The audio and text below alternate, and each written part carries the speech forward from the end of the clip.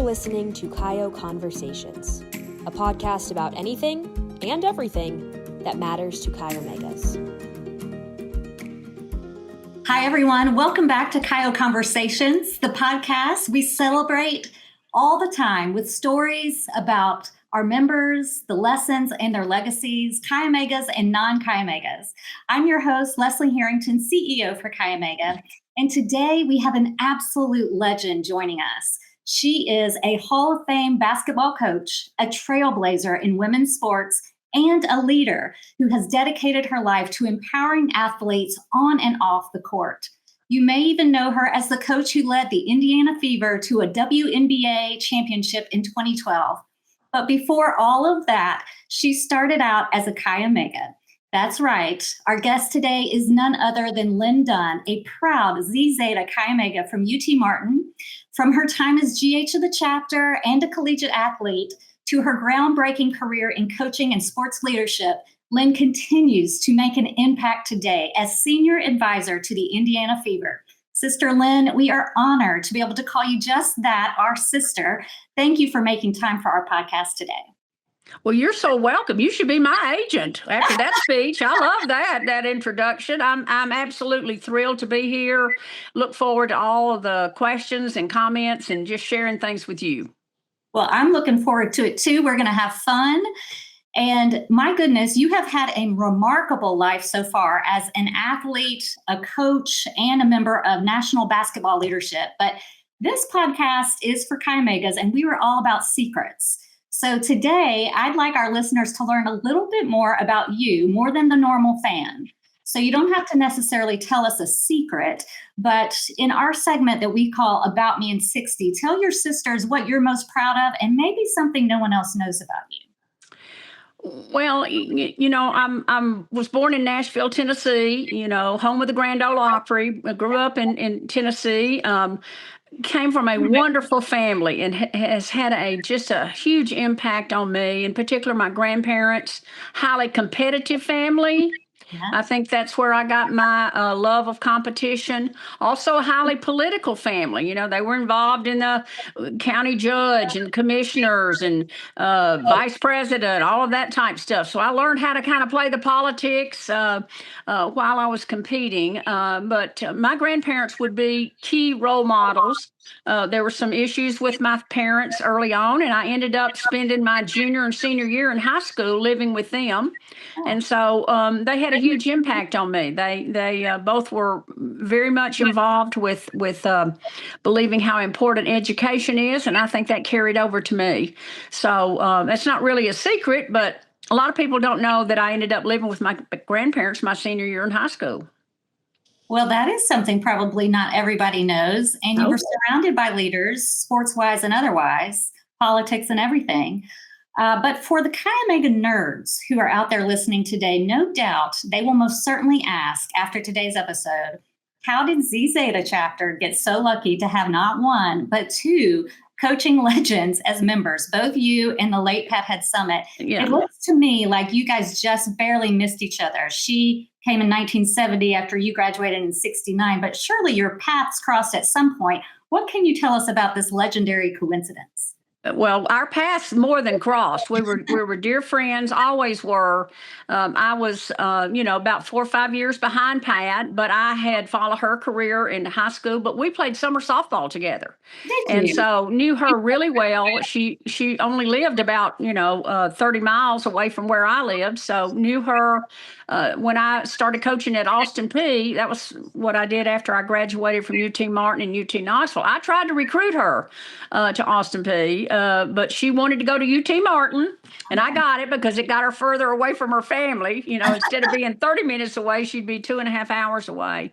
But Pat has been a long time friend and mentor. But imagine both of us, both going to UT Martin, both of us being part of Zeta. And I have to tell you this, I learned a lot of leadership skills from my experiences as a pledge, and then as a member, and then, of course, as the GH, which I was extremely honored to serve in that role. And I do think that was my first experience in big time, and I call it big time. Leading that crew was tough. That I feel like is so important what you just said, that you learned a lot of your leadership skills in Chi Omega. Can you expand on that a little bit? Well, I think trying to having a vision is really important, and you have to have a vision, and then you have to have a plan, and then you have to get the people that you're working with, not for, but with, to buy into your vision and to buy into your plan. And then you have to get those people to do what you need them to do. And then I think the real key is then make them think it was their idea. Yes. And then now everybody's all in. And so I got pretty good at that. And that could have come from my political background, my competitive background, but understanding that we needed all in. Everybody had to be in. We all had to be on the same page, but all had to feel valued. That was really a key thing. Well, I think that persuasiveness and influence that you had, everything being their idea in the end, is key to what you were saying. So I can tell you applied that from Chi Omega beyond. And of course, Chi Omega has a very special ritual ceremony that you took part in, and I did too, and we all hold that very dear. But from your days of playing and coaching sports, can you tell us about any game day rituals that you might have had? Well, I think early on, the ritual that I used when I actually played high school basketball, I didn't get to play in college because I was there before Title IX. It was right after I graduated that they started the team with Pat Head Summit on the team. But my ritual in high school that I carried over to coaching was every afternoon on game day, I had to take a nap, and then I had to have a bowl of chicken noodle soup. I had to have, and so even on the road, I would take my chicken noodle soup with me. I don't know why.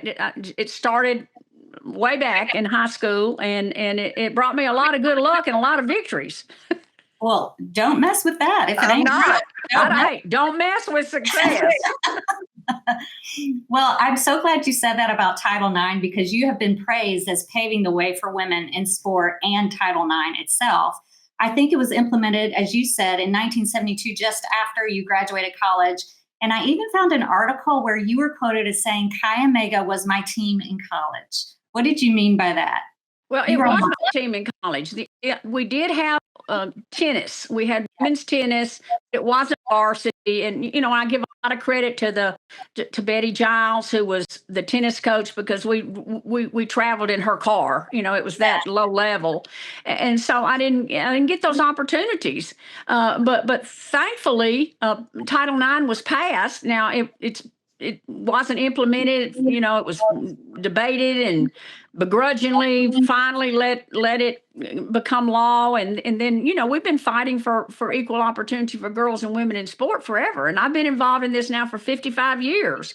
So I guess I am a pioneer, but fighting for those rights and fighting for those opportunities was something I'm very proud of. But in college, it was the intramurals, the Chi Omega intramurals. Once again, we're competing against all the other sororities, and so it was all the competition that we had amongst the sororities. That was my competition, and boy, it was tough. It was rough, and it was serious. I bet so. Would you describe yourself as a very Panhellenic person or not Panhellenic? Well, I love that there are other sororities, but I don't love them like I love Chi Omegas, because it was always competition. It was all sing. It was the rope pull. It was everything, intramurals, cheerleaders, who's going to have the most cheerleaders. It was always about competition, and it was always about winning. But I love the fact that we had so many Chi Omegas that were doing so well in so many different areas. We didn't have to count on one or two winning everything. Everybody was winning something. That's right. That's what we call healthy competition, lifting everybody up, right? Right. And, Zeta is one of the outstanding chapters, in my opinion, in the whole Chi Omega. I mean, historically, we're always at highest GPA, highest everything. And so I'm really proud of them. Well, you were right about that. Zeta is a flagship chapter for Chi Omega. That's the And word, flagship. Yes, yes. that's right. Go see Zeta.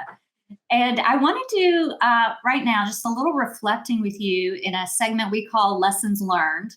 I know that a career like yours does not happen overnight and not without a few lessons learned the hard way.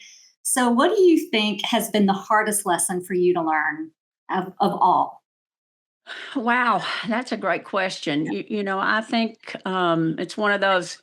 I wish I knew then what I know now. Yeah. I wish I'd stayed more balanced. I Mm. wish I'd understood that winning and in your job is not everything. It doesn't have to be 80-20. It can be 50-50. Be more balanced. Put your family first. I'd give anything if I'd spent more time the last 20 years with my mother. I just so be more balanced. I think that would be a key. Be more patient. Early on in my career, I was so intense and I was so competitive that I was short on patience. And as I grew older, I got more patient. I learned to be demanding without being demeaning.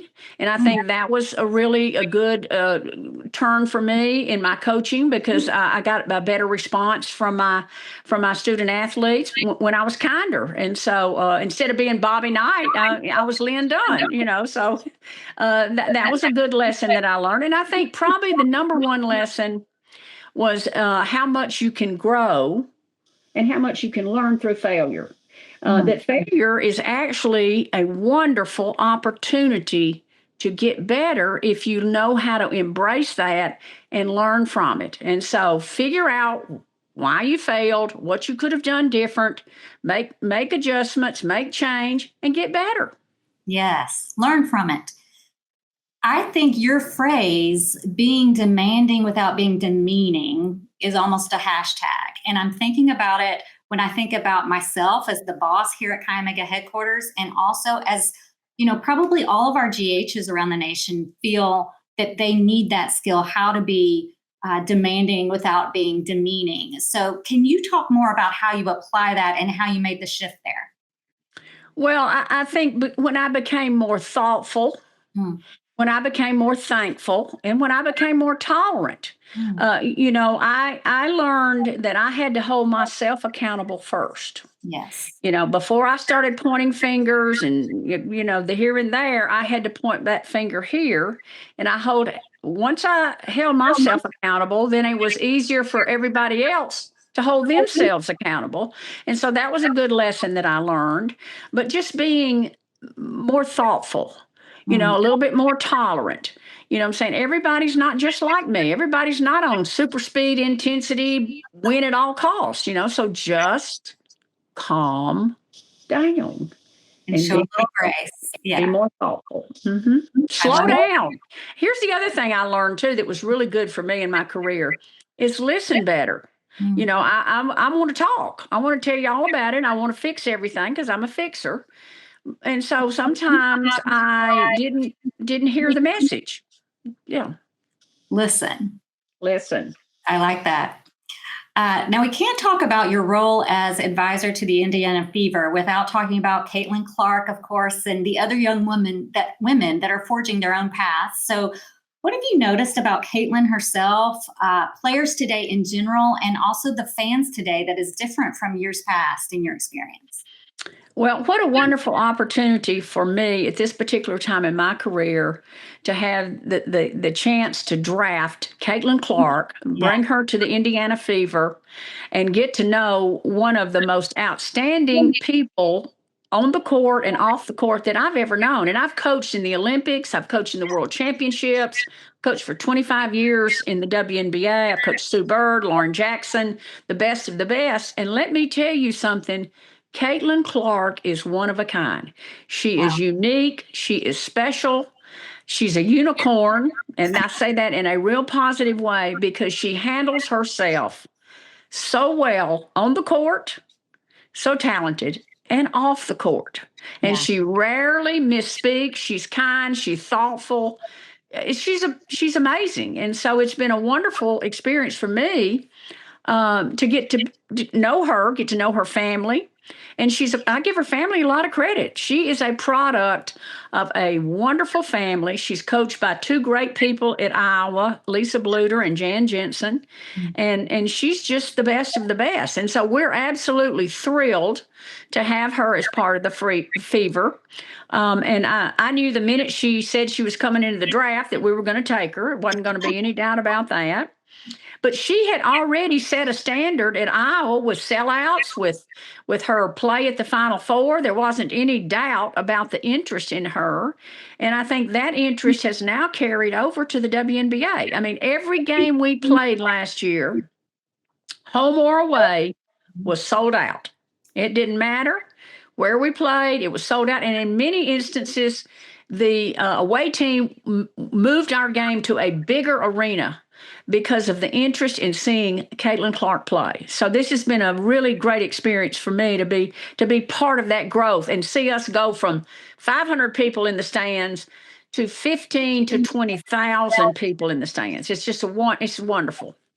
Well, it's so fun to watch. And I know that especially your competitors think that she is a major threat, but I would argue a triple threat, right? She's got good raising, she's got God-given talent, and she herself has developed into a leader and has grown, with each experience that she's had. Would you agree with that?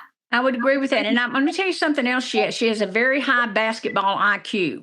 Oh. And that is a real key factor.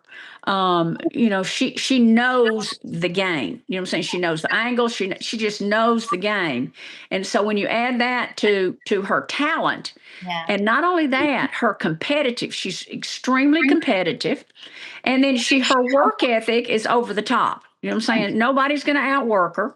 She's going to get better every day, and she's all in to the team. I mean, I think she led the league in assists, and that's giving the ball up to other people. So she's very unselfish. I'm telling you, she's special. That word's not good enough. I don't know. I got to find another word. I'm curious to know, Lynn, how have your Chi Mega sisters supported you over the years? I would venture to guess there have been a few in the stands. Well, certainly they've come to the games. They came as a group, 5 or 6. Well, I'm not sure what year, but back before we won the championship in that area, they came as a group and came. But I still have 3 or 4 that come still now every year because they live near me in West Tennessee, and I went to college with them. And one of them was Kathy Busey, who I believe was I'm trying to remember if she was the pledge leader or whatever, but to this day she'll tell you she's still scared of me, because I think I initiated her and she was scared, but they still come and they still support my endeavors in professional sports, and then we're still good friends. When we're back in Tennessee, we're playing spades or we're playing bridge, but I'm not very good at bridge, but we're trying to play. But yes, they've been very supportive. Lynn, take me back now in your time machine. We talked a little bit about the lessons that you have learned, but when young Lin Dunn was a Chi Mega back in college, she probably had some idea of what she wanted her life and her future to look like. So in this segment, we call it 2020. I want you to tell us what young Lin saw as her future and how did it match up to what really happened? Wow. Well, I knew I wanted to do something in sports, but there were so few opportunities for women at that particular time. We're talking about in the 60s in college. What am I going to major in? Of course, I went into physical education. I thought about French, but the French teacher asked me not to because of my accent. She said, you're destroying a beautiful language. You may want to think about another major. So I went into physical education, knew I wanted to do something in sports. And then when I got out of college and went to UT Knoxville, got my master's, there were really no scholarships and teams were just getting started. So I just decided, hey, I didn't get to play. I'm going to start these teams at Austin Peay tennis, volleyball, basketball. And if you want to play, you have to play on your own dime because we don't have any money or resources, but we're going to have a team. And so that was something that meant a lot to me to be able to create these opportunities that I didn't have. And so that was something I got really involved in. And then, of course, Title IX passed, and I got involved in the next steps and given the first scholarship over here at Ole Miss and another first scholarship at the University of Miami, and building programs. I'm a builder. I think if you ask me what will you be known for, after you're long gone, it'll be, well, she was a builder. Everywhere she went, she built a program. A builder. For young people today, when they see a lack of opportunity, they probably don't realize that you created opportunities out of thin air. I mean, just out of thin air, you made it happen, created a team, saw, a way to have an opportunity. How would you encourage young people today, if they see no opportunity, how to create one? Well, when you say that out of thin air, I ordered a set of uniforms at Austin Peay in the 70s that nobody still figured out who ordered them or who paid for them because we didn't have any uniforms. So I was not only a builder, but I was a risk taker. And so at that particular time in my career, I felt like I had to push and I had to break some boundaries and I had to break some rules, bend some rules, break slip into the men's locker room at night and borrow some tape and some old uniforms or warm-ups that they didn't want because we had so little. But you have to understand now, if you take risks, sometimes you're going to get rocked and you might get booted out of the boat. But in retrospect, I'm proud of some of the risks that I took, some of the pushes that I made, because anywhere I ever was after I left, things were better. But somebody had to rock the boat and somebody had to push it. But just understand, if you take those risks, it might turn out not like you want it to. But that's just part of, I felt like, my calling, I guess you could say. Yes, and that is natural with risks. But you were taking calculated risks. I think that's the lesson for everyone, is to weigh the pros and cons of those risks.